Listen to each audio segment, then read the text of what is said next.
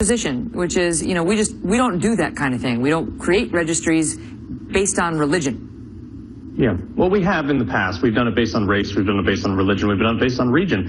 And the fact is, he also brings it back as like a constitutionality issue. The problem is people outside this country are not protected under the same constitutional rights as we are in America. So you think it's a good idea, and you don't care that this is some sort of a slippery slope where Muslims may get just lumped into some group where they get put on a registry, and some, you know, some aggressive law enforcement actor in the future might abuse that list.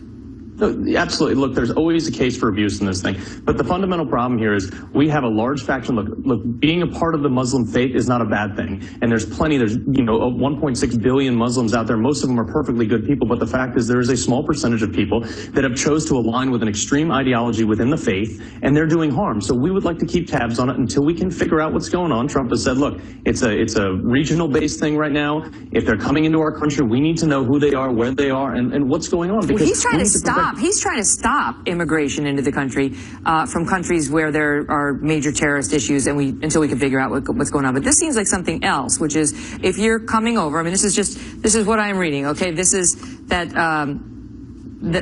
again, the Kansas Secretary of State, Chris Kobach, who helped write the tough immigration laws in Arizona, said today that Trump's policy advisors are discussing drafting a proposal to reinstate a registry for immigrants from Muslim countries, for immigrants from Muslim countries.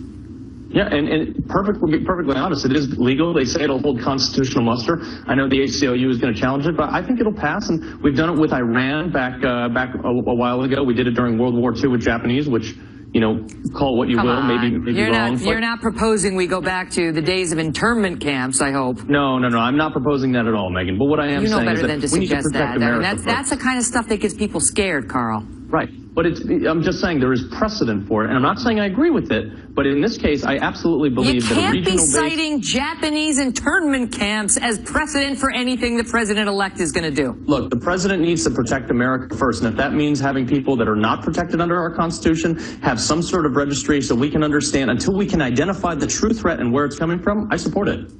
You get the protections once you come here. All right. Carl, good to see you. Thank you, Megan.